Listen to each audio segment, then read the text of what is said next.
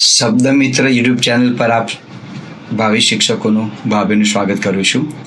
TET 1 માટે ધોરણ 1 થી 5 ગુજરાતી વિષય, તેમાં 5મું ધોરણ જે છે એને ધ્યાનમાં રાખી, ગુજરાતી વિષયને ધ્યાનમાં રાખી અને કેટલાક કન્ટેન્ટને અનુરૂપ, વિષય વસ્તુને અનુરૂપ અહીં પ્રશ્નોત્તરી તમારી સામે પ્રસ્તુત કરી રહ્યો છું, જે તમારા માટે પરીક્ષામાં ખૂબ જ ઉપયોગી રહેશે.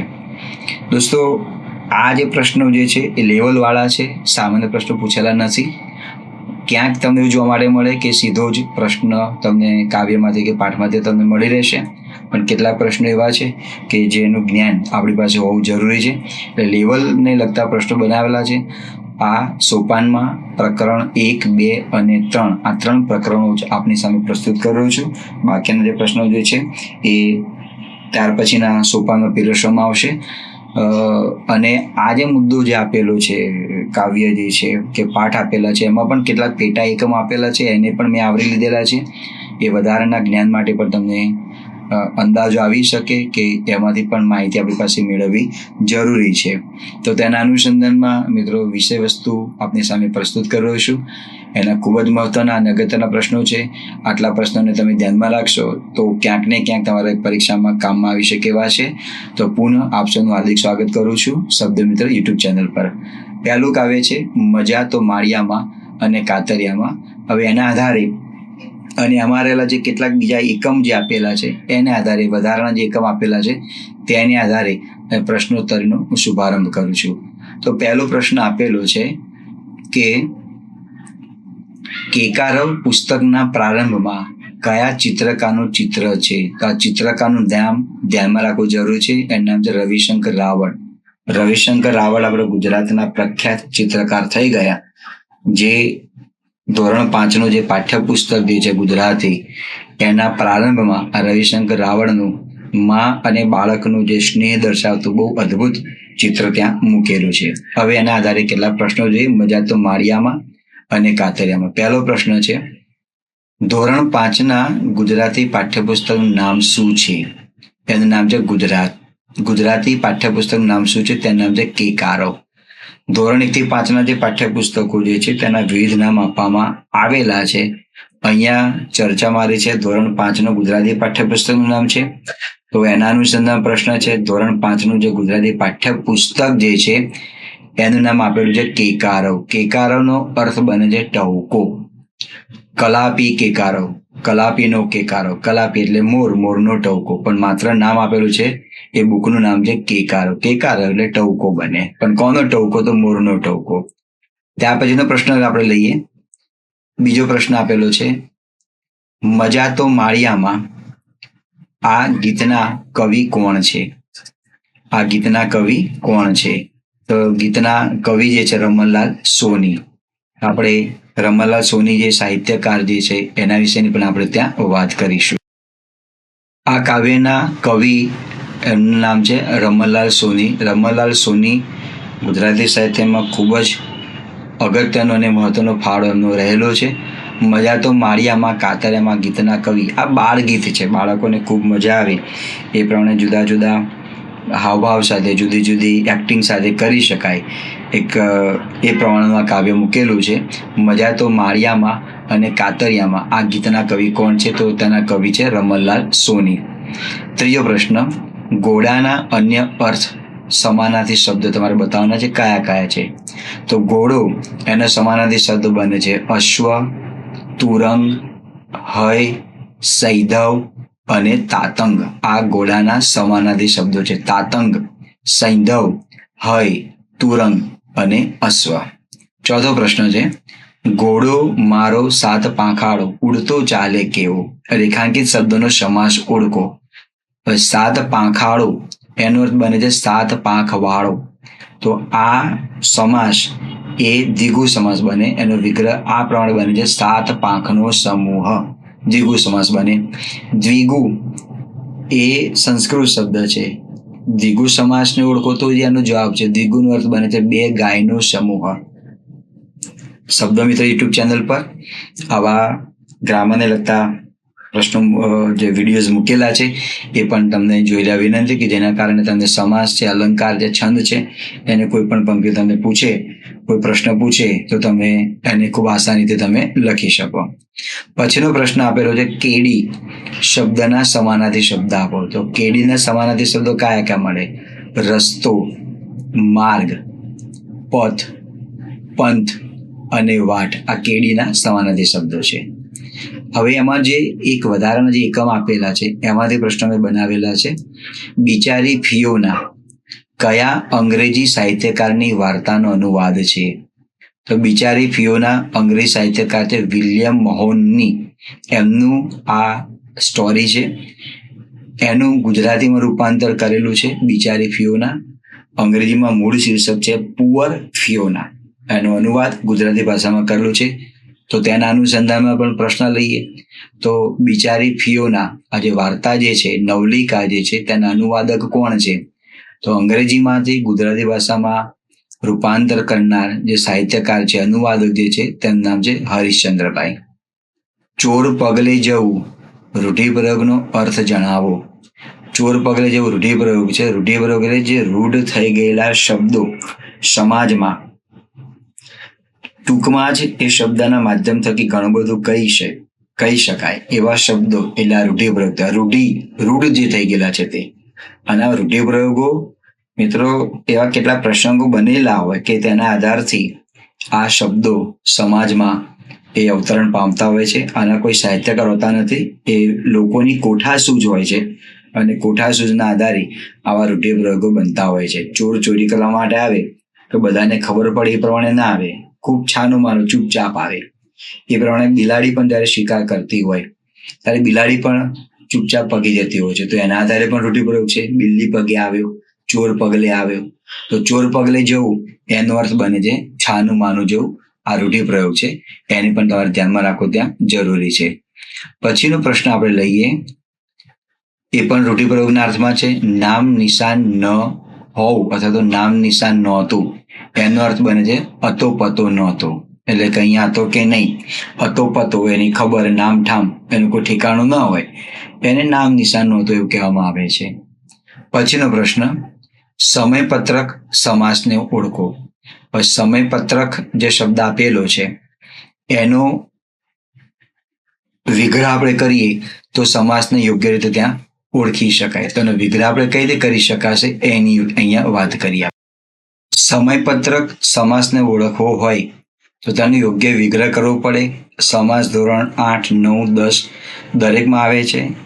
જે તમારું ધોરણ 5નું ગુજરાતી પાઠ્યપુસ્તક જે છે કેકારો, એમાં પ્રશ્નો લેવલના પૂછાવાના, સામાન્ય પ્રશ્નો પૂછાશે નહીં.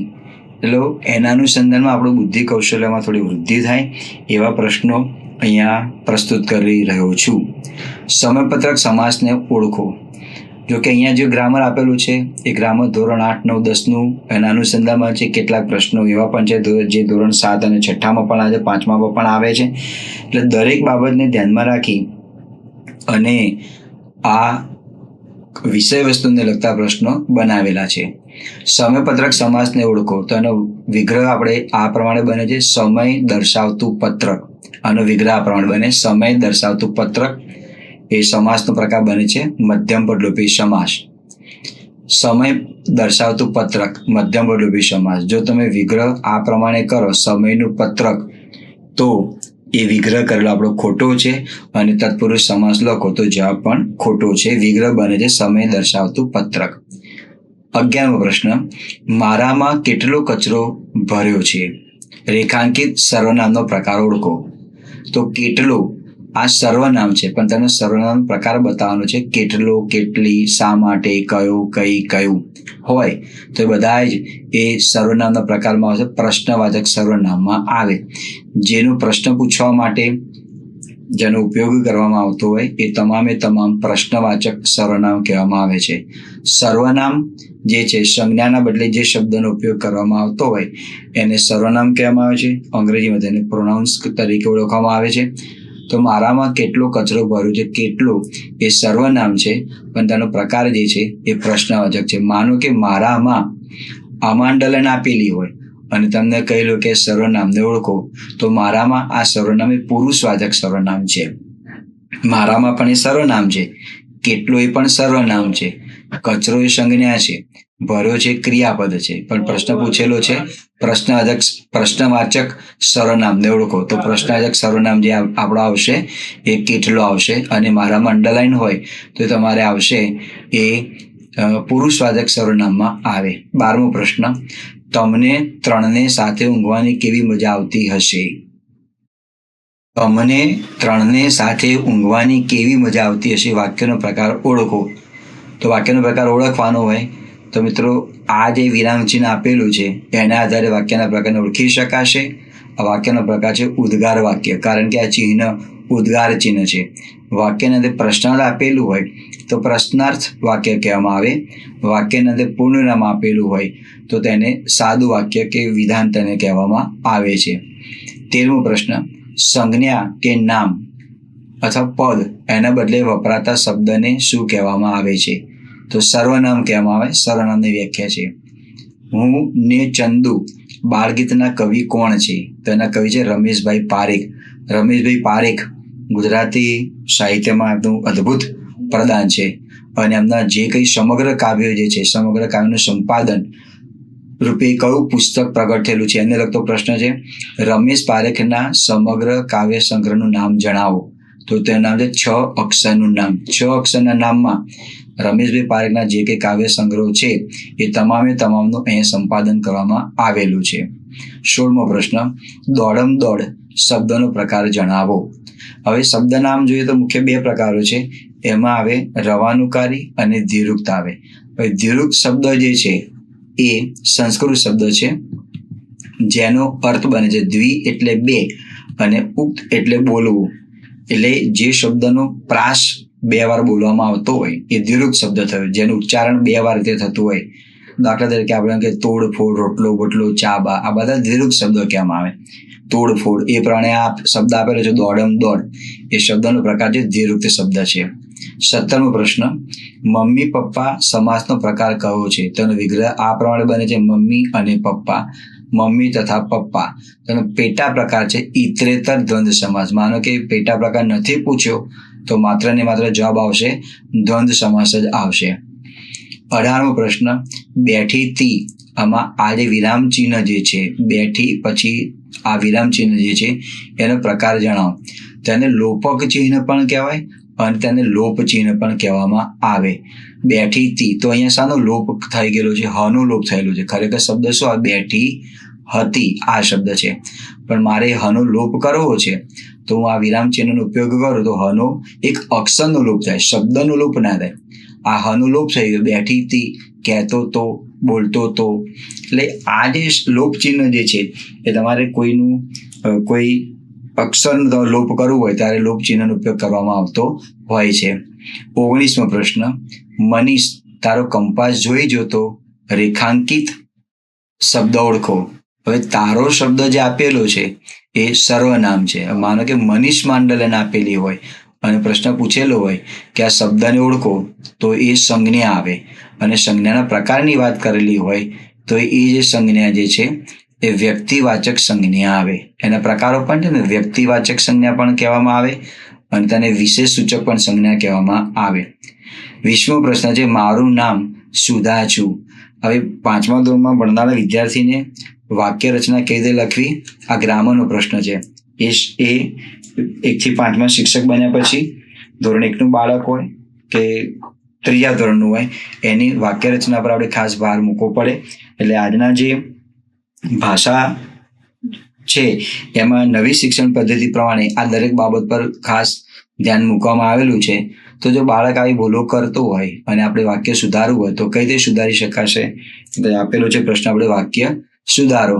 તો મારું નામ સુધા છું. હવે આપણને પહેલા તો ખ્યાલ પડે કે અહીં છું ના બદલે છી આવે. તો જો આવું તમે વિચારતા હોય તો તે સાચું છે, પણ હજુ પણ ભૂલ છે, કારણ કે સુધા છોકરીનું નામ છે એટલે રની પર બિંદી આવે, અનુસ્વાર આવે. હવે વાક્ય સાચું થયું, મારું નામ સુધા છે. આ પ્રમાણે વાક્ય બને. માનો કે તમે રની પર અનુસ્વાર કરતા નથી તો પણ વાક્ય ખોટું છે. હા, કોઈ છોકરાનું નામ હોય, રમેશ છે, તો એમાં મારું નામ રમેશ છે, તો રની પર ત્યાં આપણે કઈ અનુસ્વાર મૂકવાની જરૂર નથી. પણ બીજી વસ્તુ કે મારુંની જોડણી પણ આ રીતે લખાતી હોય છે, એટલે એ પણ આપણે વસ્તુને ભૂલી જઈએ કે આ સ્ત્રીલિંગમાં છે કે પુલ્લિંગમાં છે, એ નિયમને તમે જવા દો. માત્ર આવશે મારું, તો મારુંની જોડણી આ પ્રમાણે આવે, મારું નામ સુધા છે. હવે આ વાક્ય ત્યાં આગળ સાચું થયું. એક ભૂલ અહીંયા છે, રની પર બિંદી નથી અને છું એવું ના આવે, અહીંયા આગળ છી આવે. એટલે મારુંની જોડણી આ પ્રમાણે ત્યાં આગળ લખાય. એટલે સ્ત્રીલિંગ અને પુલ્લિંગની વાત અહીં કરતા નથી. હવે કાવ્ય એકની પૂર્ણાવૃત્તિ છે. કાવ્ય એકના અંતમાં એક પ્રવૃત્તિ આપેલી છે. એ પ્રવૃત્તિમાં કઈ રમતનો ઉલ્લેખ જોવા માટે મળે છે? તો એમાં એ રમત જે છે એના જે વાંચન ઝડપ વધારવાની રમત. બાળકો જ્યારે વાંચન કરે ત્યારે વાંચનમાં જે શબ્દ આપેલો હોય તે શબ્દનો યોગ્ય ઉચ્ચાર થવો જોઈએ, અને વાંચવાની અંદર જે સમય વધારે પડતો લેતા હોય છે તેના બદલે અલ્પ સમયની અંદર સારું વાંચન કરી શકે એની ઉપર આ ફોકસ પાડવામાં આવેલો છે. અને શિક્ષક તરીકે પણ આપણે કર્તવ્ય આવતું હોય છે કે બાળક જે તે શબ્દનો ઉપયોગ કરે છે, જે વાંચે છે, તેનો ઉચ્ચાર સાચો હોવો જોઈએ. નહીં તો એની ટેવ આ જીવન રહેતી હોય છે, શબ્દમાં સુધારતો હોતો નથી. જેમ કે અમુક પ્રાદેશિક શબ્દમાં શીખડાવું એવો શબ્દ બોલે છે. હવે ખરેખર શીખડાવું શબ્દ નથી, ખરેખર શબ્દ છે શીખવાડવું એવો શબ્દ છે. તો આ જે ભૂલ જે છે એ ભૂલ છેક સુધી રહેતી જોવા માટે મળતી હોય છે. આવા કેટલાય શબ્દ છે કે જો બાળકને આ 3 પ્રકારના જે સ જે છે એ સ નો ઉચ્ચાર કેવી રીતે થાય એની પર ધ્યાન ન આપીએ તો પણ બાળક એનો યોગ્ય રીતે એનો ઉપયોગ કરી શકતો હોતો નથી. શ અને આ શ, આ 3 સને બોલવાને માટે પણ આ સંઘર્ષી વ્યંજન છે. તો એને કેવી રીતે બોલવા એ પણ બાળકને શીખવું પડે. શૈલેષ નામ તો આ શ ના આવે, આ આવે શૈલેષ, ષટકોણ, સસલું. તો આ જીભના આધારે જે કંઈ તેનો ઉચ્ચાર થતું હોય છે એ ધ્યાનમાં રાખવું એક શિક્ષક તરીકેની ફરજ છે. જે શિક્ષક મિત્રો ગુજરાતી પાઠ્યપુસ્તક એટલે કે વિષય ભણાવે તો વાંચન ઉપર ખાસ ધ્યાન રાખવું જરૂરી છે, કે જેના કારણે બાળક એ ભવિષ્યમાં એના વિષયમાં નબળું પડી શકે નહીં. જો બાળક યોગ્ય રીતે વાંચી ન શકે, એનું વાંચન નબળું હોય તો અર્થગ્રહણ ના કરી શકે, અર્થગ્રહણ કરી ના શકે તો તેને સમજણ ન પડે તો પરિણામે તેના કારણે શું જોવા માટે મળે? બીજા વિષયમાં પણ તેનો નબળું પરિણામ જોવા માટે મળતું હોય છે. માનો કે ગણિતમાં કોઈ રકમ આપેલી છે અને રકમને વાંચવામાં ભૂલ કરે છે, એનું અર્થગ્રહણ કરી શકતો નથી, તો શું થાય? તો એ શું કહેવા માટે માગે છે સમજી શકે ને. કહેવાનો સારાંશ એટલો છે કે અહીંયા રમત તો આપેલી છે, વાંચન ઝડપ વધારવાની રમત. પણ વધારવાનું એટલા માટે કહું છું કે જ્યારે વિદ્યાર્થી વાંચે છે ત્યારે જે વાંચન પરના જે શબ્દો આપેલા હોય એ શબ્દો પર આપણે યોગ્ય ધ્યાન આપવું ત્યાં જરૂરી છે. અહીં પહેલું એકમ મિત્રો પૂર્ણ કરું છું. હવે બીજું એકમ આવે છે ત્યારના જે 2 વરસાદ ને 5 પીપર. હવે વરસાદ પછી ને આ મેં અલગ લખેલો છે. આ જે છે ને એક સંયોજક છે, કન્જક્શન એને અંગ્રેજીમાં આપણે કહીએ છીએ, સંયોજક. એનો અર્થ બને છે અને. હવે જો તમે ને ભેગો લખી નાખો તો એ અનુક થઈ જાય. આવી પણ માહિતી બાળકોને આપવી જોઈએ. તો બીજો પાઠ છે 2 વરસાદ અને 5 પીપર. આ પણ બાળગીત છે. જોઈએ પહેલો પ્રશ્ન, ઝવેરચંદ મેઘાણીનું કયું કાવ્ય ધોરણ 5ના ગુજરાતી એટલે કે કેકારો પાઠ્યપુસ્તકમાં આવે છે? તો તેનું નામ છે 2 વરસાદ ને 5 પીપર. ઝવેરચંદ મેઘાણીનું જન્મ સ્થળ જણાવો. તો મેઘાણી સાહેબનો જન્મ ક્યાં થયો હતો? ચોટીલા. મેઘાણી સાહેબને તો પર્વતનું બાળક તરીકે પણ એમને બિરુદ મળેલું છે. રાષ્ટ્રીય શાયરનું પણ બિરુદ મળેલું છે. રાષ્ટ્રીય શાયરનું બિરુદ આપનારા મહાત્મા ગાંધીજી. મેઘાણી સાહેબ જ્યારે જેલમાં હતા ત્યારે ગાંધી બાપુને ગોળમેજી પરિષદમાં જવાનું હતું, અને ગોળમેજી પરિષદમાં જવાને માટે ગાંધી બાપુ તૈયાર ન હતા. ત્યારે મેઘાણી સાહેબે ઝેરનો કટોરો નામનું એક કાવ્ય જે આપ્યું, આમ તો સિંધોડો પણ કાવ્ય કહી શકાય, વીર રસથી ભરપૂર જ છે કસુંબીની જેમ. અને એ કાવ્યના પાઠ એનું વાંચન કર્યા પછી એમને લાગ્યું કે નહીં, ગોળમેજી પરિષદમાં જવું પછી એવો જુસ્સો તેમનામાં આવે, અને પરિણામે મહાત્મા ગાંધીએ મેઘાણી સાહેબને રાષ્ટ્રીય શાયર એવું બિરુદ આપ્યું હતું. મેઘાણી સાહેબનું ઉપનામ જણાવો. કયું ઉપનામ છે? તો પહેલું ઉપનામ છે દ સ અણી, સાહિત્યયાત્રી, વિરાટ, સાણો તંત્રી અને વિલાપી આ તેમના જુદા જુદા ઉપનામ છે. ચોથો પ્રશ્ન છે, 2 પીપર ને 5 પીપર રેખાંકિત વિશેષણનો પ્રકાર જણાવો. વિશેષણ કોને કહેવામાં આવે? અંગ્રેજીમાં તેને એડજેક્ટિવ કહીએ છીએ. વિશેષણ એટલે સંજ્ઞાના અર્થમાં જે શબ્દ વધારો કરે તેને વિશેષણ કહેવામાં આવે. પીપર સંજ્ઞા છે, પણ પીપર કેટલી છે? 2. 2 પીપર ને 5 પીપર. અહીંયા પીપર શબ્દ નહીં, પણ અહીંયા વરસાદ શબ્દ લઈશું. 2 વરસાદ ને 5 પીપર. તો વરસાદ છે પણ કેટલા વરસાદ છે? 2. પીપર છે પણ કેટલી છે? 5. તો આ જે રેખા દોરી જાય છે એ વિશેષણનો પ્રકાર કયો થયો? સંખ્યાવાચક. સંખ્યાવાચક વિશેષણને બહુ સરળતાથી ઓળખી શકાય. વરસાદ ખરો પણ કેટલો? 2. પીપર ખરી પણ કેટલી? 5. વિદ્યાર્થી ખરા પણ કેટલા? 10. આ સંખ્યાવાચક વિશેષણ કહેવામાં આવે. તમે કેટલા, કેટલી, કેટલાથી પ્રશ્ન પૂછો એટલે તમને સંખ્યાવાચક વિશેષણ મળે. 5મો પ્રશ્ન, આષાઢી સાંજના અંબર ગાજે રેખાંકિત સંજ્ઞાનો પ્રકાર જણાવો. તો રેખા જે છે આષાઢીમાં દોરેલી છે. તો આ પ્રકાર કયો થયો? એનો પ્રકાર છે વ્યક્તિવાચક સંજ્ઞા. અષાઢ મહિનો જે છે, માસ એટલે મહિનાનું નામ આપેલું હોય તો તમારે જાતિવાચકમાં આવે, પણ એ માસમાં નામ આપેલું છે અષાઢ મહિનો. તો આષાઢી એ વ્યક્તિવાચક સંજ્ઞા થઈ. બીજા શબ્દોમાં તેને વિશેષ સૂચક સંજ્ઞા પણ તેને કહેવામાં આવે છે. વિશેષ સૂચક સંજ્ઞા પણ તેને કહેવામાં આવે છે. 6થો પ્રશ્ન છે, મેઘાડંબર શબ્દનો અર્થ આપી સમાસનો પ્રકાર જણાવો. તો મેઘાડંબર શબ્દનો અર્થ શું થાય છે? આમ સંધિ છૂટી પાડો તો તેનો અર્થ બને છે મેઘ વત્તા આડંબર. હવે આડંબર એટલે આપણને અર્થ એવું પણ કરે, આડંબર એટલે ગર્વ, અભિમાન, એ પણ અર્થ કરીએ છીએ. પણ અહીં તમારે આડંબરનો અર્થ કરવાનો છે જમાવટ. એનો અર્થ બને છે વાદળાની જમાવટ. આનો અર્થ આ રીતે બને વાદળાની જમાવટ. વાદળ સંજ્ઞા છે, જમાવટ પણ સંજ્ઞા છે. આ બંનેને જોડનારું જે અનુગ જે છે ની છે. આનો વિગ્રહ આ પ્રાણ બને છે વાદળાની જમાવટ. તો સમાસનો પ્રકાર થયો તત્પુરુષ સમાસ તેને કહેવામાં આવે. 7મો પ્રશ્ન, અંબર શબ્દના સમાનાર્થી શબ્દ આપો. અંબર એટલે આસમાન, અંબર એટલે ગગન, અંબર એટલે નભ, અંબર એટલે આબ, અંબર એટલે આભલું. આ બધા તેના સમાનાર્થી શબ્દો છે. મિત્રો, આ જે પ્રશ્નો અહીંયા મૂકેલા છે એ પ્રશ્નો તમે સ્વાધ્યાયમાંથી નહીં, પણ એનું જે કન્ટેન્ટ જે છે, વિષય વસ્તુ જે છે એમાંથી બનાવીને મૂકેલા છે. તમારે વિશેષ જ્ઞાન માટે તમારે સ્વાધ્યાયનો પ્રયાસ કરવો હોય તો કરજો. આ સ્વાધ્યાયમાંથી તમને એક પણ પ્રશ્ન જોવા માટે મળશે નહીં, પણ તમારે વિશેષ જ્ઞાન મેળવવું છે તો તમે અવશ્ય પાઠના અંતે આપેલો જે સ્વાધ્યાય જે છે એને પણ તમે અચૂક વાંચજો. બીજો પ્રશ્ન છે, ભાભીની રાતીચોળ ચુંદડી ભીજે રેખાંકિત વિશેષણનો પ્રકાર જણાવો. ચુંદડી સંજ્ઞા છે, પણ ચુંદડી કેવી છે? રાતીચોળ. તો રાતીચોળ સંજ્ઞાનો પ્રકાર કયો થયો? વિશેષણનો પ્રકાર કયો થયો? એને ગુણવાચક પણ કહેવામાં આવે અને રંગવાચક પણ કહેવામાં આવે. રંગવાચક એટલે ચુંદડી છે પણ કેવી છે? રાતીચોળ છે. માનો કે રંગવાચક શબ્દ નથી આપ્યો તો એ ચુંદડીનો ગુણ બતાવે છે, તો માટે ગુણવાચક પણ વિશેષણ તેને કહેવામાં આવે. બંને કહી શકાય.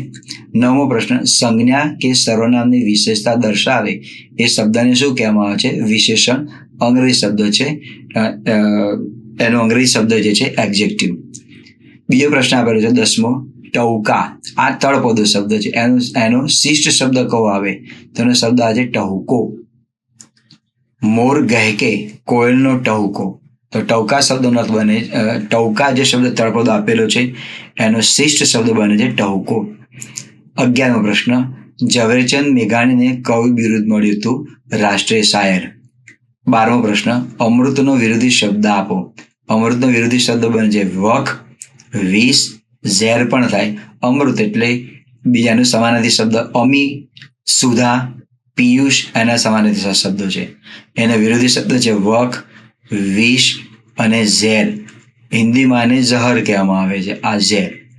13મો પ્રશ્ન, લુચ્ચો વરસાદ પાઠના લેખક કોણ છે? લુચ્ચો વરસાદ આવે એટલે તરત જ આપણને કાકા સાહેબ કાલેલકર યાદ આવે, કારણ કે કાકા સાહેબ કાલેલકરનો આ લુચ્ચો વરસાદ નિબંધ છે, નિબંધનો પાઠનો પ્રકાર નિબંધ છે. એ મોટાભાગના ગુજરાતમાં રહેલા મોટાભાગના ગુજરાતી માધ્યમમાં ભણેલા વિદ્યાર્થીઓને ભણી ચૂકેલા છે. લુચ્ચો વરસાદ પાઠના લેખક કોણ છે? તો પાઠના લેખક છે કાકા સાહેબ કાલેલકર. કાકા સાહેબ કાલેલકરને મહારાષ્ટ્ર પાસે આવેલા કાલેલી ગામના વતની. ગામનું નામ કાલેલી, એના પરથી અટક પડી છે કાલેલકર, અને એમને પણ સવાઈ ગુજરાતી તરીકેનું બિરુદ એમને મળ્યું હતું. એમની માતૃભાષા મરાઠી, પણ છતાં ગુજરાતી ભાષામાં તેમનું અદ્ભુત પ્રદાન રહેલું છે. અને સારા નિબંધકાર તરીકે પણ કાકા સાહેબ કાલેલકર જાણીતા છે. કાકા સાહેબ કાલેલકરનો નિબંધ જે છે, જે બહુ પ્રચલિત છે, એ નામ છે હિમાલયનો પ્રવાસ. કાશ્મીરનો પ્રવાસ તો કવિ કલાપીનો આવે. 14મો પ્રશ્ન, વૃક્ષ માતા સંજ્ઞાનો પ્રકાર જણાવો. તો વૃક્ષ માતા સંજ્ઞાનો પ્રકાર કર્મ ધારે છે. વૃક્ષ એ સંજ્ઞા છે, માતા એ પણ સંજ્ઞા છે. તો આનો વૃક્ષ એ સંજ્ઞા છે, જાતિવાચક છે, અને માતા એ પણ જાતિવાચક છે. પણ સમાસના અર્થમાં તમે જુઓ તો અહીંયા વૃક્ષ એ એનો વિગ્રહ આ પ્રમાણે બને, વૃક્ષ એ જ માતા. આનો વિગ્રહ આ પ્રમાણે બને છે, વૃક્ષ એ જ માતા. આ એનો વિગ્રહ આ પ્રમાણે બને છે, વૃક્ષ એ જ માતા. તમે તમારા નામની પાછળ ભાઈ કે બહેન લગાવો તો પણ કર્મધારય સમાસ થાય. પાનબાઈ, પાન એ જ બાઈ. ગંગા માતા, ગંગા એ જ માતા. આ કર્મધારય સમાસ થયો. 15મો પ્રશ્ન, ચાલી નીકળીએ પ્રવાસમાં. આ બાળગીત છે, કાવ્ય છે, કવિનું નામ જણાવો. તો તુષારભાઈ શુક્લ આ કાવ્યના કવિ છે, તુષારભાઈ શુક્લ. પછીનો પ્રશ્નની આપણે વાત કરીએ તો પ્રશ્ન 16મો, જ્યારે બે ક્રિયાપદ સાથે આવીને એક જ ક્રિયા દર્શાવે તેને શું કહેવામાં આવે? આ પણ પ્રશ્ન મિત્રો વ્યાકરણના જે વધારેની માહિતી આપેલી છે તેના અનુસંધાનમાં પૂછેલો છે. કોઈ પણ પ્રશ્ન એવો નથી કે જે તમારે કન્ટેન્ટની બહાર હોય, કારણ કે મેઇન જે પાર્ટ જે છે, કાવ્ય જે છે, એમાં પણ કેટલાક એકમો આપેલા છે, એમાંથી પણ પૂછવાની શક્યતા ખરી. એટલે આવા શોધીને તમારી સામે પ્રસ્તુત કરેલા છે. આ પણ ગ્રામરનો પ્રશ્ન છે. જ્યારે બે ક્રિયાપદ સાથે આવીને એક જ ક્રિયા દર્શાવે એને શું કહેવામાં આવે? તેને સંયુક્ત ક્રિયાપદ કહેવામાં આવે. દાખલા તરીકે આ પણ વાક્ય આપેલું હોય કે રમેશ જાય છે. તો આ છે પણ ક્રિયાપદ છે અને આ પણ ક્રિયાપદ છે, જાય છે. આ સંયુક્ત ક્રિયાપદ થયું. રમેશ જાય છે, તે રોટલી ખાય છે, તો ખાય છે એ પણ સંયુક્ત ક્રિયાપદ થયું. સંયુક્ત એટલે જોડાણ વાળું. 17મો પ્રશ્ન, ગરવા ગોવાળિયાના પાવા વાગે રેખાંકિત સંજ્ઞાનો પ્રકાર જણાવો. તો ગોવાળીઓ એટલે જાતિવાચક આવે. ગોવાળીઓ જાતિવાચક એનો આ સંજ્ઞાનો પ્રકાર છે, જાતિવાચક સંજ્ઞા. પછીનો પ્રશ્ન છે 18મો પ્રશ્ન, સીમમાં વસતી આ કૃતિના સાહિત્યકારને ઓળખો. સીમમાં વસતી આ કૃતિના સાહિત્યકારને ઓળખો. સાહિત્યકારને ઓળખવાના છે. તો આ કૃતિના રચયિતા કોણ છે? મુકુંદરાય પારાશર્ય. મુકુંદરાય પારાશર્ય એટલે આ તમે શબ્દને છૂટો પાડે તો આ રીતે વંચાય, પણ ભેગો તમે વાંચો તો આ પણ વાંચે છે મુકુંદરાય પારાશર્ય. બધ ભરવી એટલે શું? તેનો વિગ્રહ બને છે ભેટી પડવું. બધ ભરવી એટલે ભેટી પડવું. મુકુંદરાય પારાશર્ય જે છે એ પણ એમનું ગુજરાતી સાહિત્યમાં સારું તેનું પ્રદાન, ઊંચું પ્રદાન ત્યાં આગળ રહેલું છે મુકુંદરાય પારાશર્યનો. સામૈયા કરવા એટલે શું? આ શબ્દ તો તમે વારંવાર સાંભળેલું જ હશે. કોઈ પ્રતિષ્ઠિત વ્યક્તિ, કોઈ સાધુ સંત આવતા હોય, કોઈ પ્રતિષ્ઠિત વ્યક્તિ વગેરે વગેરે જે આવતા હોય તો એનો આવકારવાની માટે આ જે વિધિ કરવામાં આવતી હોય ને આપણે સામૈયો કહીએ છીએ. તો સામૈયો કરવો એટલે શું? તો એનો અર્થ બને છે કોઈ મોટા માણસને આવકારવા માટે વાજતે ગાજતે સામે જવું, એને સામૈયો કહેવામાં આવે. હવે આ 21થી માંડીને 25મો જે પ્રશ્ન આપેલો છે એ કાકા સાહેબ કાલેલકરનો લુચ્ચો વરસાદ જે પાઠ જે છે એના આધારે પૂછે, શબ્દ સમૂહ શબ્દમાં એના અર્થમાં. તો આ પણ ધ્યાનમાં રાખવા જેવી બાબત છે. આ પણ પ્રશ્ન સ્વાધ્યાયમાં તમને જોવા માટે મળશે. આ એક્સ્ટ્રા માહિતી છે કે તમે હેલી કોને કહેવાય, ધોધમાર વરસાદ કોને કહેવામાં આવે, તો આ પણ જાણવી ત્યાં આગળ જરૂરી છે. હેલી એટલે શું? સતત વરસે તેવો વરસાદ, એને હેલી કહેવાય. જમીનમાં ખાડા કરી દે તેવો વરસાદ એટલે ધોધમાર વરસાદ. આપણે કહીએ છીએ ધોધમાર વરસાદ પડ્યો તો જમીનમાં ખાડા પાડી દે એ ધોધમાર વરસાદ. ઝરમરીયો વરસાદ એટલે થોડાક પલાળે તરત સુકાઈ જવાય. જેમ ચારણીની અંદર પાણી ધીમે ધીમે, નાની ચારણી હોય ને પાણી કેવું ધીમે ધીમે પડે વાછળ સ્વરૂપે, એવું ઝરમરીયો વરસાદ એટલે થોડાક પલાળે તરત સુકાઈ જવાય. ઢેફા તોડ વરસાદ એટલે ખેતરના ઢેફા ઓગાળી નાખે તેવું. ઢેફા તોડ એ સમાસ બને. ઢેફા તોડ એટલે એનો વિગ્રહ બને છે ઢેફા તોડનાર, ઉપપદ સમાસ થાય. મુસળધાર વરસાદ, તો મુસળધાર વરસાદ કોને કહેવાય? સાંભેલા જેટલી જાડી ધારવાળો જે વરસાદ જે છે એને મુસળધાર વરસાદ કહેવામાં આવે. મુસળધાર જે છે સમાસને ઓળખવાનો હોય તો બહુવ્રીહી સમાસમાં બને. તો આ રીતે વરસાદના જે પ્રકારો જે છે, વરસાદને કયા શબ્દમાં શું કહી શકાય એની માહિતીને પૂર્ણ કર્યા પછી બીજું ચેપ્ટર આપણે ત્યાં પૂર્ણ કરીએ છીએ. હવે ત્રીજું આવે છે સવારે સળવળ. આ પણ એક ગીત છે, બાળગીત છે. પહેલો પ્રશ્ન આપેલો છે સવારે સળવળ. આ બાળગીતના કવિને ઓળખો, કાવ્યના કવિને ઓળખો. એમનું નામ છે સુંદરમ. સુંદરમ સાહેબનું આખું નામ શું છે? તો એમનું પૂરું નામ છે ત્રિભુવનદાસ પુરુષોત્તમદાસ લુહાર. જો કે તેમના ઘણા બધા ઉપનામ છે, ત્રિશૂળ છે, મરીચી છે, આવા તેમના અલગ અલગ તેના ઉપનામ છે. પણ તેમને ત્યાર પછી કોયા ભગત પણ રાખેલું છે. ત્યાર પછી તેમને સુંદરમ ઉપનામ ધારણ કરી અને જે કંઈ તેમને સાહિત્ય કૃતિઓ આપી એ દરેકમાં તેમને સુંદરમ ઉપનામથી એમને રચના ત્યાં કરેલી છે. પણ તેમના વિશેષ આ પ્રમાણેના પણ તેનું ઉપનામ છે. તેનું પૂરું નામ શું છે? ત્રિભુવનદાસ પુરુષોત્તમદાસ લુહાર. ત્રીજો પ્રશ્ન હો રંગ રંગ અંગે અંગે અનંત રૂપ રંગે અલંકારને ઓળખો. હવે અલંકાર એક જ પંક્તિમાં બે અલંકાર છે. એક જ પંક્તિમાં તો અહીંયા આન્સર મેં લખેલું છે વર્ણાનુપ્રાસ. તો વર્ણાનુપ્રાસ બને છે, જુઓ, આ ર પછી ર પછી અ અને ર. તો વર્ણાનુપ્રાસનો અર્થ બને છે વર્ણ વત્તા અનુપ્રાસ. વર્ણ એટલે અક્ષર. એક જ પંક્તિમાં એકનો એક અક્ષર, શબ્દ નહીં અક્ષર, બે કે તેથી વધારે વખત એનું પુનરાવર્તન થતું હોય તો તેને વર્ણાનુપ્રાસ અલંકાર કહેવામાં આવે.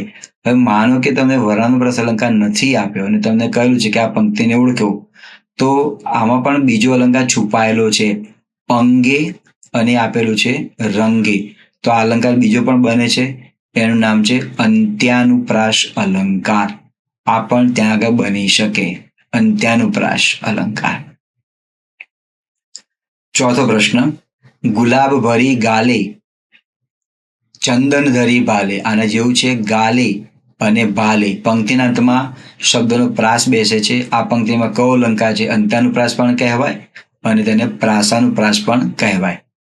આશા શબ્દોનો વિરોધી શબ્દ જણાવો. તો નિરાશા.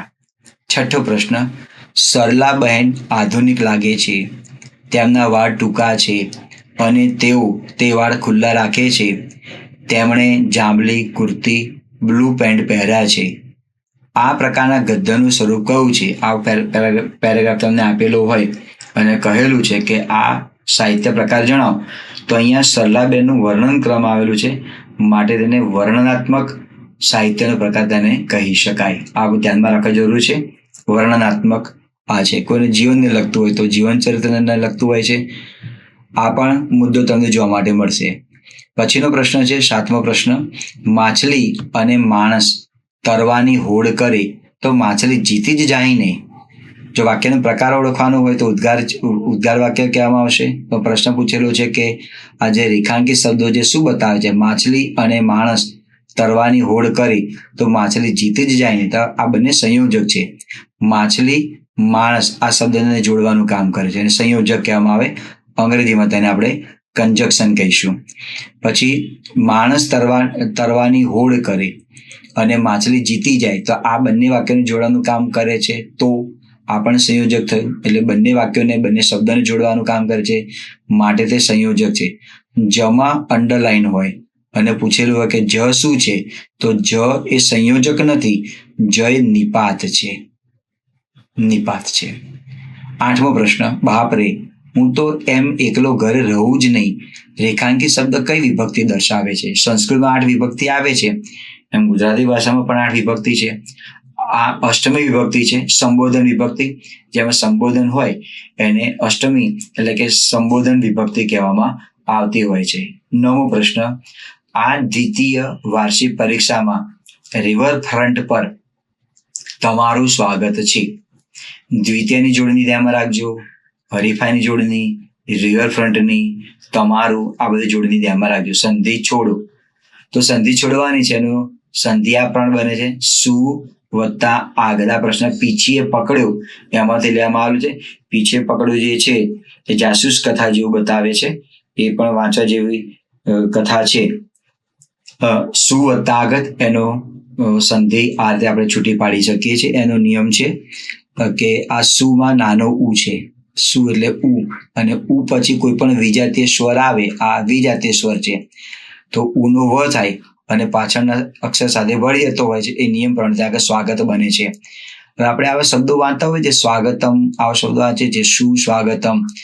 ખરેખર સુસ્વાગતમ શબ્દ સાચો છે જ નહીં, આ ખોટો છે. સુસ્વાગતમ હોય અથવા તો આ રીતે શબ્દ લખેલો હોય સુસ્વાગત, તો આ બંને શબ્દો ખોટા છે. સુ અને સુ ના આવે, કારણ કે જો તમે સ્વાગતની સંધિ છૂટી પાડો તો એક વખત સુ પર ફરી પાછું તમારે શું મૂકવું પડે, તો આ પ્રમાણે સંધિ તમે છૂટી પાડો સુ વત્તા આગત, તો આ ખોટું આપણે ત્યાં કરેલું છે. એટલે આ પ્રમાણે ત્યાં આગળ સંધિના નિયમ પ્રમાણે તમે ગણો તો આ રીતે શબ્દ ખોટો છે. તમને લાગે કે બધા તો આ રીતે લખે છે બરાબર છે, પણ ખોટું છે. જો તમે જાણતા હશો તો તરત તમને ખ્યાલ પડશે કે આ શબ્દ ખોટો લખેલો છે. તો તમને લાગે કે મારે લખવું છે તો શું લખવું, તો મારે ગુજરાતી ભાષામાં લખવું છે તો એમ લખીશ કે આપનું સ્વાગત છે, અને સંસ્કૃતમાં મારે લખવું છે તો એમ લખીશ આ શું નહીં આવે, તો સંસ્કૃતમાં મારે લખવું હશે તો એને આ પ્રમાણે ત્યાં આગળ લખીશ. કારણ કે ઘણી વખત આપણે જે બોલાયેલા જે શબ્દો હોય એ આપણા મનમાં એ એક વખતે ફિટ થઈ જતા હોય છે, પણ એના પરિણામે આપણને એવું લાગે કે આ વસ્તુ સાચી છે, આ વસ્તુ સાચી છે, પણ જ્યારે એને સત્ય જાણીએ ત્યારે લાગે કે આ વસ્તુ અયોગ્ય છે. તો આ પ્રમાણે શબ્દ આવશે. સંસ્કૃતમાં મારે શબ્દ લખવો છે તો સ્વાગતમ, આ પ્રમાણે શબ્દ આવે. આ બંને શબ્દ સાચા, આ બંને શબ્દ જે છે એ ખોટા છે.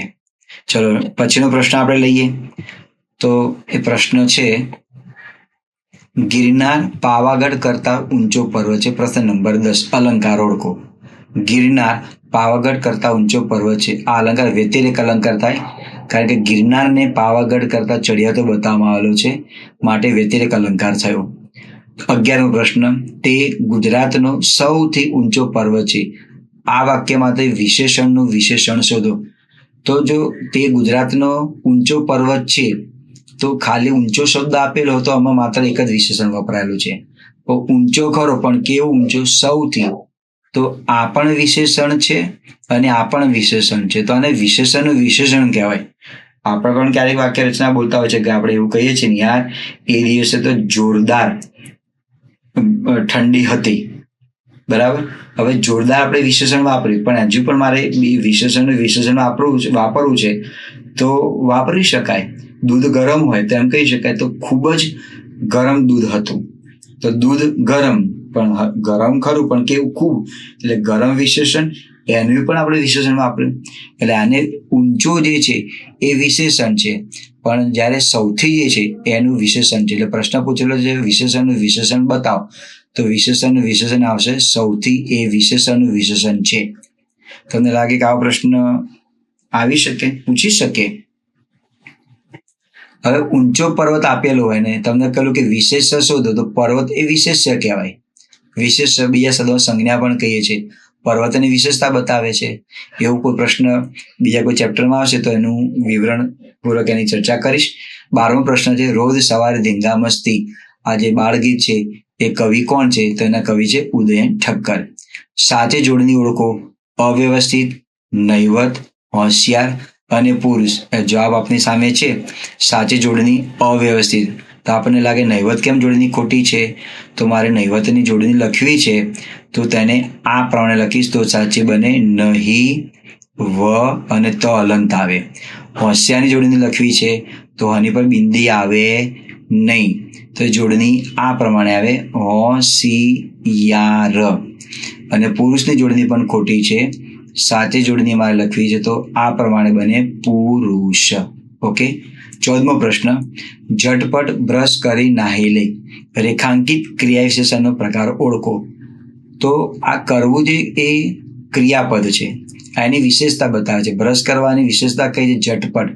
ક્રિયા વિશેષણ એટલે શું? જે ક્રિયા હોય એની વિશેષતા બતાવે એને ક્રિયા વિશેષણ કહેવામાં આવે. તો ક્રિયા વિશેષણનો પ્રકાર કયો છે? રીતિવાચક ક્રિયા વિશેષણ છે. ઝટપટ બ્રશ કરી નાહી લે, તો રીતિવાચક ક્રિયા વિશેષણ છે. અંતિમ પ્રશ્ન, પાકીટ માર સમાસને ઓળખો. પાકીટ માર એટલે પાકીટ મારનાર, આ ઉપપદ સમાસ બને છે. તો આની સાથે મિત્રો પ્રકરણ 1 થી 3 માંથી જે કન્ટેન્ટ જે હતું એ કન્ટેન્ટમાંથી જુદા જુદા પ્રશ્નો આપની સામે મેં પીરસ્યા છે.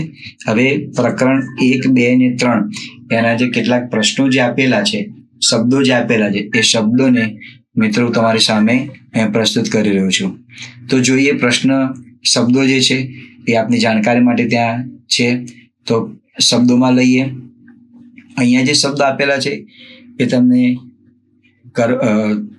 આપણે કાવ્ય 1, 2 અને 3 એટલે કે પ્રકરણ 1 થી 3 અહીંયા આગળ જોવા માટે મળશે.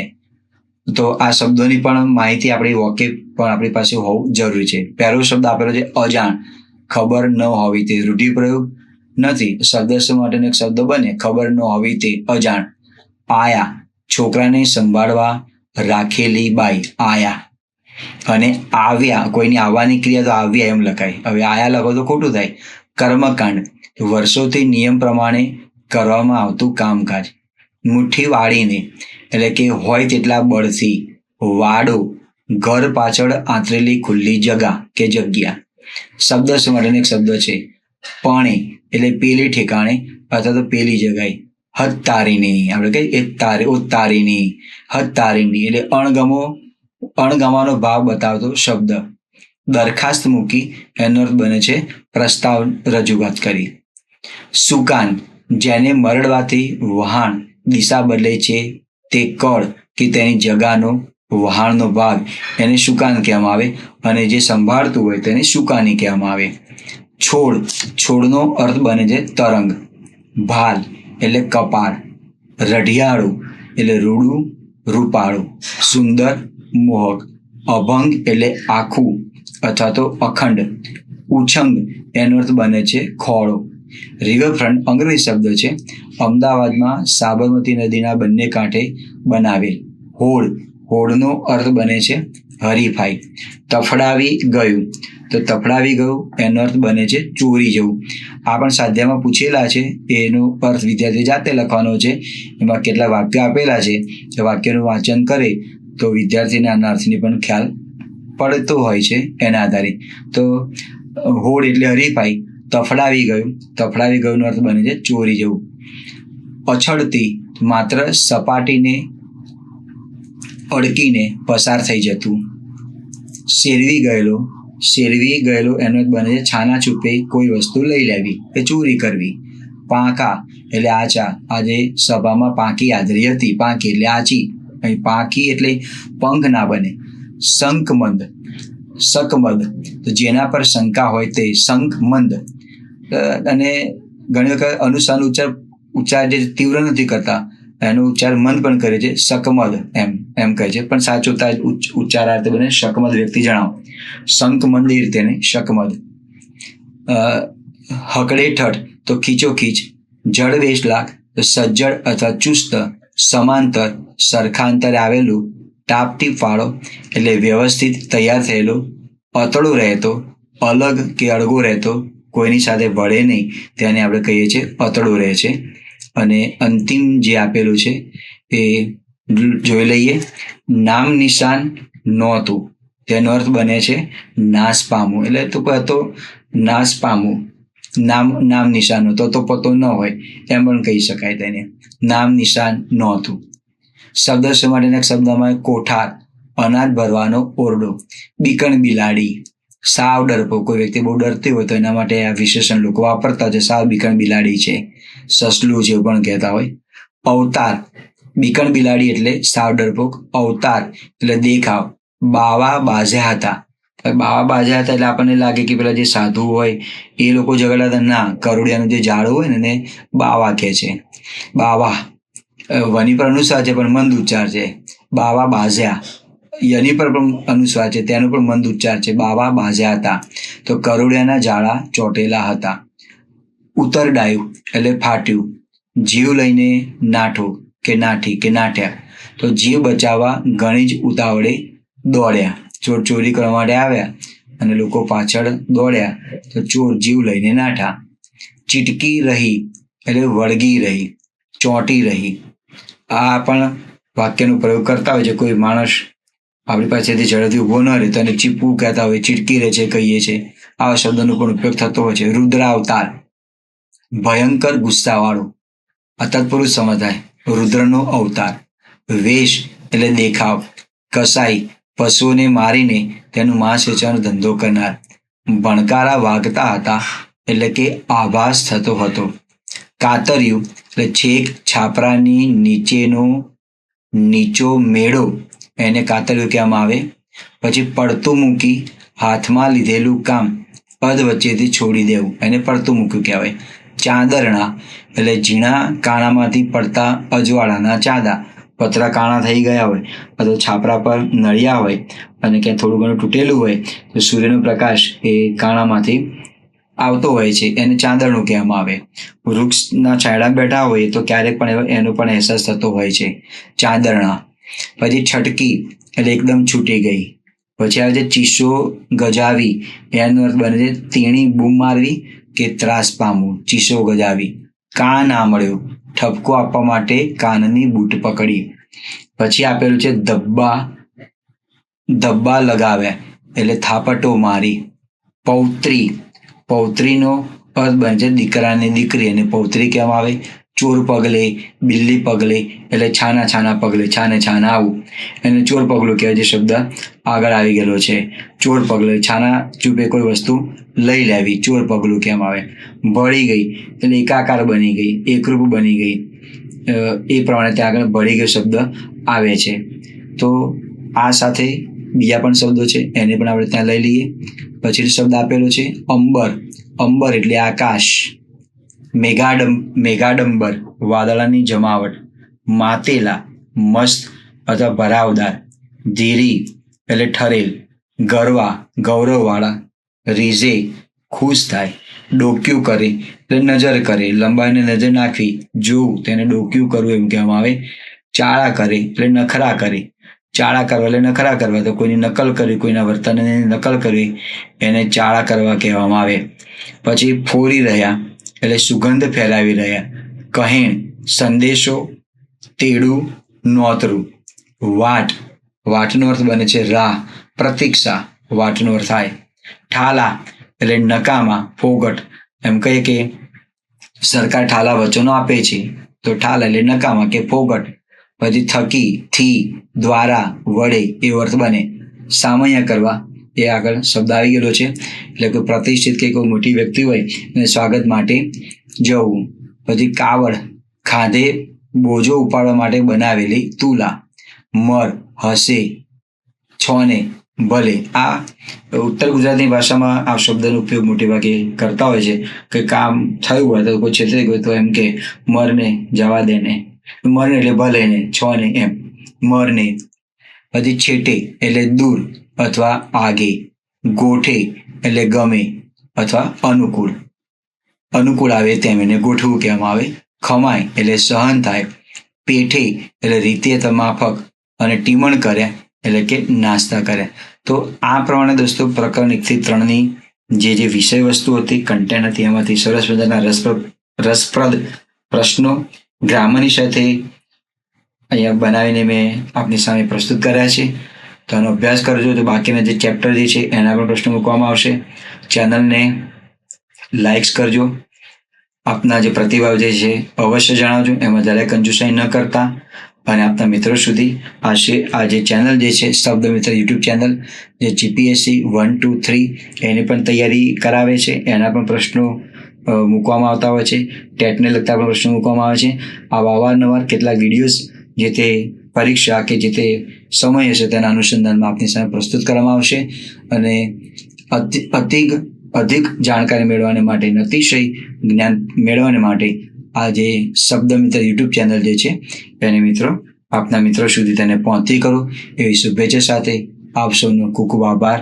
જય હિન્દ, જય જય ગરવી ગુજરાત.